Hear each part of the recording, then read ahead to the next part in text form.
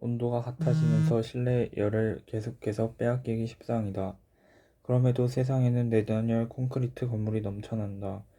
또한 우리 사회는 도시를 만들고 아파트를 지을 때에 무조건 언덕을 깎아 평지를 만들어야 한다는 강박관념에 사로잡혀 있었다. 원래 존재했던 식생과 지형을 최대한 살려야 골목이나 동네에 자연스러운 바람이 생겨날 수 있음에도 말이다.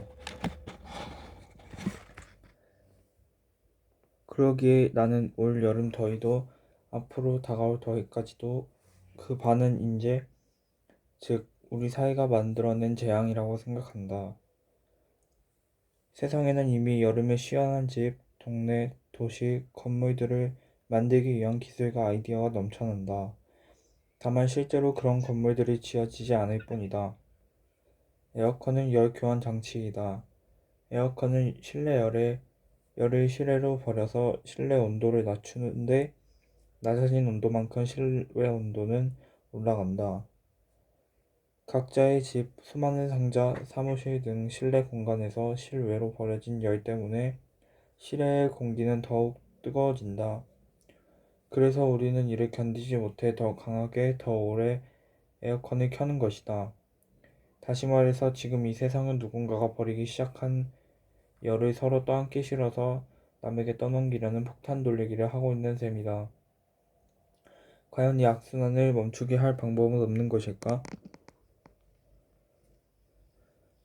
과학적인 원리는 모르겠지만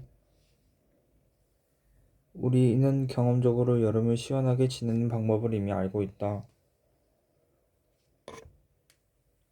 집의 창문을 다 열어 바람이 지나가는 길을 만들어야 좋고 해가 높이 올라가기 전에 집 앞 골목이나 마당에 물을 뿌려놓으면 덜 더워지는 것을, 그리고 열대야가 나타날 때는 다리 밑 둔치에 가서 시간을 보내고 창을 다 열어놓은 거실 바닥에 온 가족이 나와서 잠을 자면 어떻게든 다음날 아침까지는 지낼만 하다는 것도 알고 있다. 실천하지 않을 뿐이다. 세상은 어느 날 갑자기 바뀌지 않는다. 깨어있는 사람들의 작은 노력과 실천이 이어져야 도저히 불가능할 것으로 보였던 변화들도 이루어지기 마련이다. 나는 올 여름 더위 속에서 등목과 부채질을 즐기고 있다.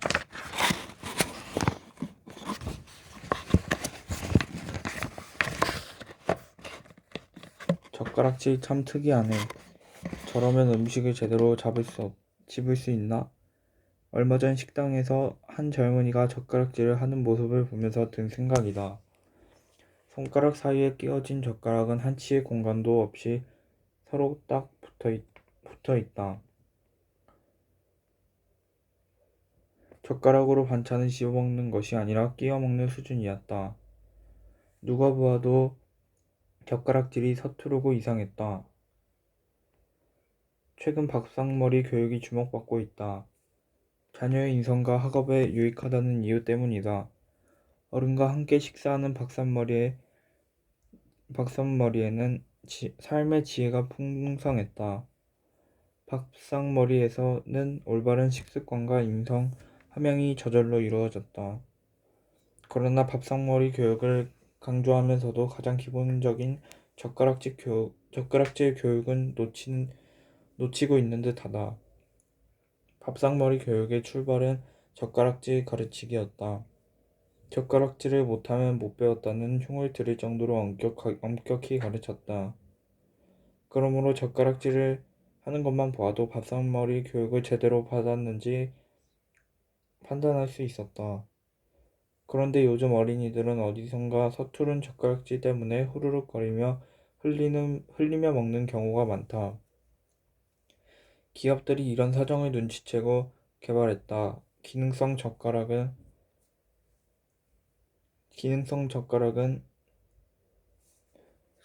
변형하여 젓가락질을 쉽게 하도록 만든 것이다.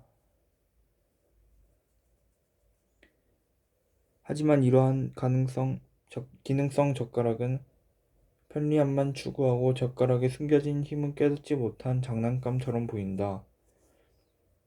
원래 젓가락은 막대기 2개면 충분했다. 젓가락질은 젓가락질 동작은 겉보기에는 단순하지만 계속되는 뇌의 자극 과정이다. 젓가락의 미세한 움직임은 유아기 및 어린이들의 성장 발육에도 아주 유익하다. 젓가락질을 바르게 하려면 손가락 각각의 관절이나 근육의 정확성과 섬세함이 요구된다. 특히 우리나라에서 많이 사용하는 쇠젓가락은 무거우면서도 가늘다. 당연히 젓가락질을 하는데 더 정교하고 힘있는 손놀림이 필요하다. 쇠젓가락은 음식의 힘을 정확하게 전달하기 때문에 음식을 원하는 대로 찢고 자르고 모으는 데 탁월하다. 우리나라 사람들은 젓가락질로 김치를 찢는 것은 물론 손으로도 집기 어려운 작은 콩도 척척 집어낸다. 깻잎 절임을 한 장씩 떼는 기술은 묘기 그 자체이다. 고도의 집중력과 무게를 감지하는 예민한 손의 촉감은 달인에 가깝다. 정교한 젓가락질 덕분에 우리나라는 손을 위주로 하는 운동 경기에서 세계 최고이다. 양궁, 핸드볼, 골프, 야구 등의 경기력이 이를 입증한다.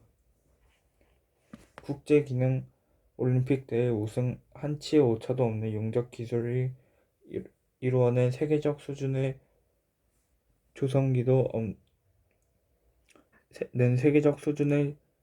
조성 기술 역시 젓가락질에 그 뿌리를 두고 있다. 우리 지역 초등학교들이 어린이들에게 바른 젓가락질을 가르치는 것, 젓가락날을 운영한다고 한다. 정말 반가운 소식이다. 올바른 젓가락질 교육으로 미래의 세계 최고의 실력을 뽐낼 인재를 키울 수 있기를 기대해 본다. 식사할 때마다 젓가락질 때문에 어른들에게 한 소리씩 듣는다는 친구는 하소연합니다. 젓가락질을 못 배워도 밥만 잘 먹는다고 그러고 보면 생각해 볼 만한 문제입니다. 정석에 가까운 젓가락질을 해야만 밥을 잘 먹을까? 표준 젓가락질을 따르지 않으면 식사 예절에 어긋나는 것일까? 무거운 쇠젓갈을 한 손에 쥔 채 김치를 찢어내는 한국인들의 젓가락질은 같은 젓가락 문화권인 중국이나 일본에 견주어도 세계적인 수준입니다. 그러나 음식 문화 전문가들의 이야기를 들어보면 사실 젓가락을 쥐는데 완벽한 표준은 없습니다. 다만 젓가락을 사용하는 한중일 삼국에서 공통적으로 발견되는 기술은 있습니다. 위의 젓가락을 집게손가락과 가운데 손가락 사이에 끼우고 넷째 손가락과 새끼손가락으로 아래 젓가락을 받친 뒤 엄지손가락으로 두 개의 젓가락을 가볍게 눌러주는 방식입니다. 중국에서 발원의 3천여 년 동안 역사를 이어온 두 개의 작대기 요리를 지어보는 과정에서 인류가 지혜를 짜모은 것이 아닌가 합니다. 이 때문에 젓가락질의 저자가 누구인지 그 저작권자를 찾아내는 일이란 단언컨대 불가능할 것입니다. 국제표준화기구에도 등록되지 않은 젓가락 사용법을 가지고 누가 젓가락질을 잘하네 못하네 따지는 도도한 움직임이 언제 비롯됐는지 따져볼 만합니다. 한국인의 숟가락 문화를 20년 가까이 연구한 주영아 한국학중앙연구원 민속학 교수는 얼마나 젓가락질을 잘하는지 따지는 것은 일본에서 들어온 풍속이라고 설명합니다. 원래 한국 문화에서는 숟가락이 더 중요했다는 것입니다. 밥과 국만으로 연명한 조선 민중에게 젓가락은 후사스러운 물건이었습니다.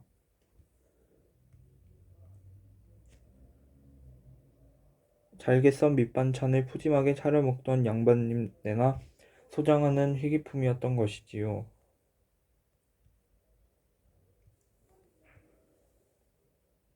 실제 옛 풍속화를 보면 민초들이 숟가락을 들고 밥 먹는 풍경을 볼 수 있습니다.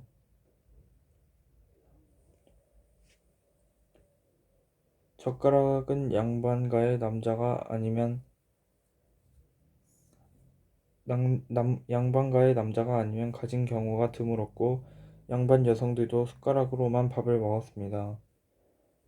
반면 숟가락을 쓰지 않는 일본에서는 젓가락을 사용하는 법이 정교하게 발달했습니다.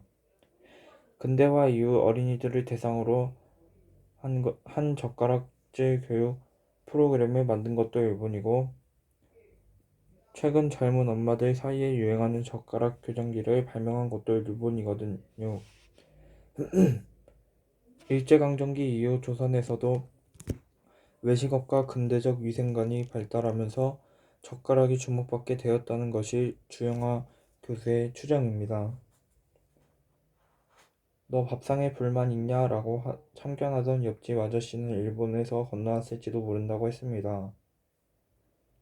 젓가락질을 잘 못하신다고요? 그래서 젓가락질을 못 배웠냐? 라고 구박을 받으신다고요? 그럴 때는 당당히 이야기하세요. 한국인의 어른 숟가락에 담겨 있습니다. 라고.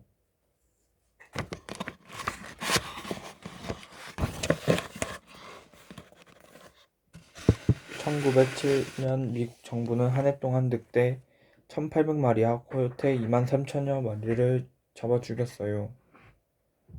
그 동물들이 인간뿐만 아니라 다른 약한 야생동물에게도 해를 끼치기 때문에 죽여도 괜찮다고 생각했어요. 늑대와 코요테뿐만이 아니에요. 퓨마와 곰처럼 날카로운 이빨과 발톱을 지닌 동물은 토끼와 사슴 같은 초식동물에게 위협을 준다고 생각해 아무런 거리낌 없이 죽였어요. 다른 동물을 잡아먹고 사는 포식동물은 없어져야 할 악당처럼 여겨졌어요. 그렇다고 약하고 순한 동물들에게 악당이 사라진 자연은 천국이었을까요?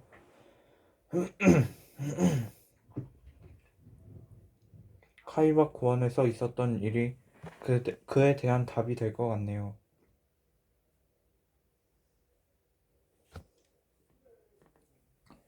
미국의 그랜드 캐니언 북쪽에 있는 카이바 고원에는 1906년에 약 4천 마리의 검은 꼬리 사슴들이 살고 있었어요. 이곳에서도 악당을 없애는 작업이 시작되어 25년 동안 퓨마, 늑대, 코요테, 스라소니 등 무려 6천여 마리나 사라졌어요.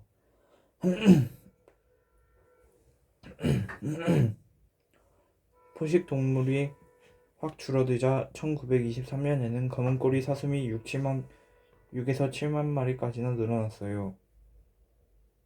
그런데 이게 어찌 된 일인지 그 뒤로는 사슴의 수가 갈수록 줄어들었어요. 1931년에는 2만 마리로 1939년에는 1만 마리로 사슴은 왜 갑자기 늘어났다가 갑자기 줄어들었을까요? 사슴이 갑자기 늘어난 이유는 쉽게 짐작할 수 있을 거예요. 사슴을 잡아먹는 포식동물들이 사라졌으니 자연스럽게 사슴의 수가 늘어난 겁니다.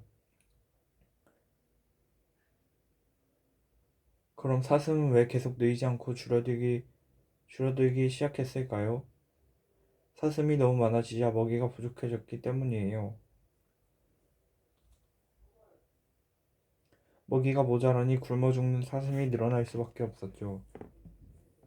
굶주린 사슴들은 먹을 것을 찾다 식물을 어린 싹까지 먹어치웠어요. 식물이 제대로 자라지 못하면 먹을 것이 더 줄어들 텐데도 사슴들은 당장 줄인 배를 채우는 게 급했어요. 인간은 늑대나 코요테 같은 악당이 없어지면 카이바 고원이 평화로운 낙원이 될 것으로 생각했어요. 그런데 그 예측은 보기 좋게 빗나갔어요.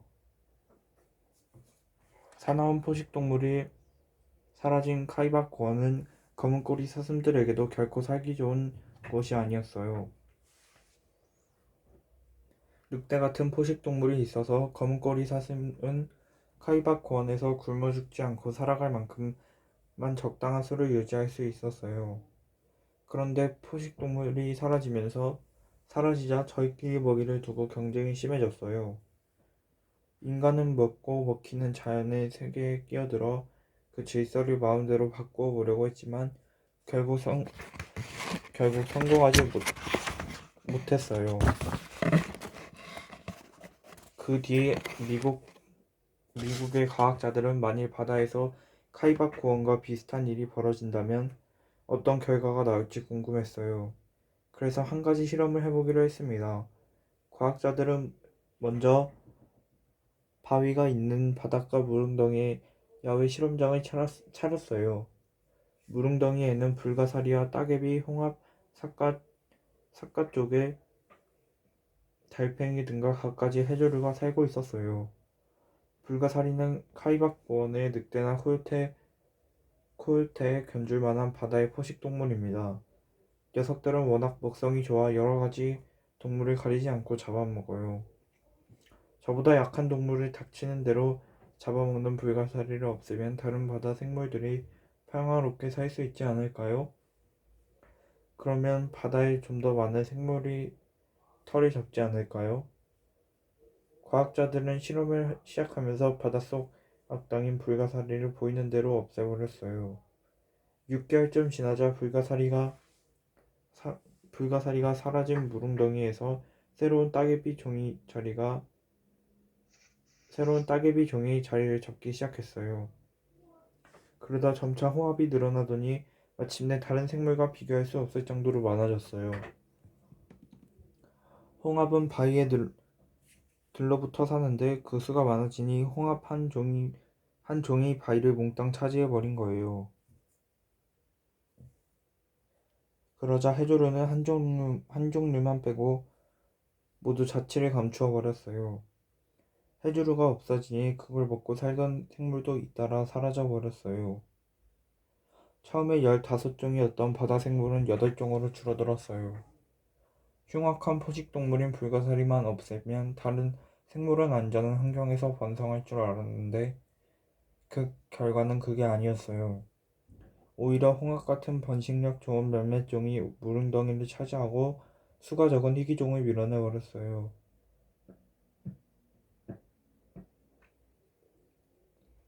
알고 보면 동물은 불가사리가 홍학 같은 동물을 잡아먹으니 그나마 기를 펴고 살 수 있었던 거예요. 불가사리는 희귀한 동물도 가득 잡아먹었을 테지만 홍학 같은 흔한 동물을 더 많이 먹어 치웠을 테니까요. 과학자들은 실험을 통해 자연의 질서가 아주 오묘하다는 사실을 깨달았어요.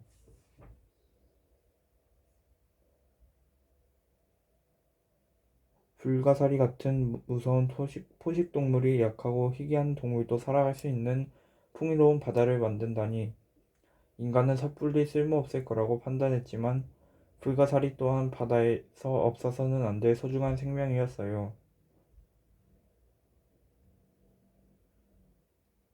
카이바권에서 늑대와 코요테가 그랬던 것처럼요. 그런데 미국에서 악당 대접을 받은 동물이 또 있어요. 이번에는 덩치가 아주 작은 곤충이었습니다. 1940년대 샌프란시스코 북쪽 클리어 레이크에서 있었던 일이에요. 클리어 레이크는 이름처럼 맑은 호수가 있는 곳이어서 관광지로 인기를 끌었어요. 그런데 관광을 온 사람들이 하루살이가 많아 상가시담을 불평을 했어요. 그 마을 사람들은 대체 회의를 열었습니다. 그들은 하루살이를 없애기 위해 호수에 살충제를 뿌리기로 했어요. 무는 곤충도 아니고 사람을 좀 귀찮게 할 뿐인데 아예 하루 사이에 씨를 말리기로 작정을 한 거예요. 처음에는 살충제를 조금 뿌렸을 때는 기적 같은 효과가 있었어요. 하루살이가 모조리 죽은 것 같았어요. 그러나 기적은 잠시 더 성가신 하루살이가 나타나서 사람을 더 귀찮게 했어요. 이에 질세라 사람들은 살충제를 더 뿌렸어요. 날이 갈수록 하루살이는 더 강해졌고 그에 따라 사람들은 더 살충제를 많이 뿌렸어요. 그러던 어느 날 물고기들이 호수 위에 허연 배를 드러낸 채 둥둥 뜨기 시작했어요. 무슨 일인지 곧이어 논병아리가 떼죽음을 당했어요. 죽은 동물의 몸을 검사해보니 상상하기가 어려울 만큼 살충제가 많이 쌓여 있었습니다. 싹 없애려던 하루살이는 살충제를 견디는 힘이 날로 세져서 기세등등하게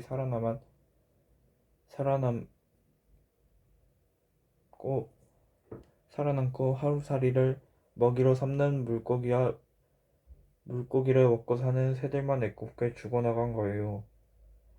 살충제는 정작 하루살이에게는 별 영향을 주지 못하고 맑고 아름다운 호수를 죽음의 호수로 바꿔놓고 말았어요. 자연에서 생명은 마치 그물처럼 이어져 있어요.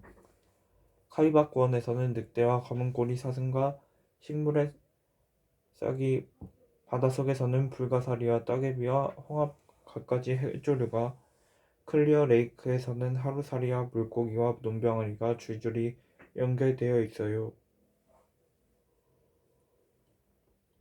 각각의 생명은 그물에서 한 코를 차지할 뿐인데 그물 한 코가 망가지면 그와 연결된 다른 그물 코들이 줄줄이 영향을 받습니다. 그러므로 수많은 생명이 오랜 시간에 걸쳐 함께 내려온 생명의 그물을 함부로 끊어내서는 안 돼요. 생명의 그물을 인간이 상상하는 것보다 훨씬 복잡하고 거대합니다. 잘못 건드리면 그 영향이 어떻게 나타날지는 아무도 알 수 없는 거예요. 재앙이 닥친 뒤에야 원인을 추적할 수 있을 뿐이에요. 그런데 생명의 그물에서 한 코를 차지할 뿐인 인간은 지금도 생명의 그물에 마음대로 손을 대고 있어요. 카이바 구원에서 클리어 레이크에서 아직도 교훈을 제대로 얻지 못한 거예요. 나는 자연의 속을 들여다보는 과학자로서 또 한 사람의 인간으로서 생명의 그물을 오롯하게 지켜내는 것이 우리 스스로를 지키는 길임을 사람들이 하루빨리 깨닫게 되기를 간절히 바랍니다. 인류 역사는 구석기, 신석기, 청동기, 철기 시대를 거쳐 오늘날에 이르렀다. 그렇다면 지금 우리는 어떤 시대를 살고 있을까? 전문가들은 플라스틱 시대라고 말한다. 전자제품,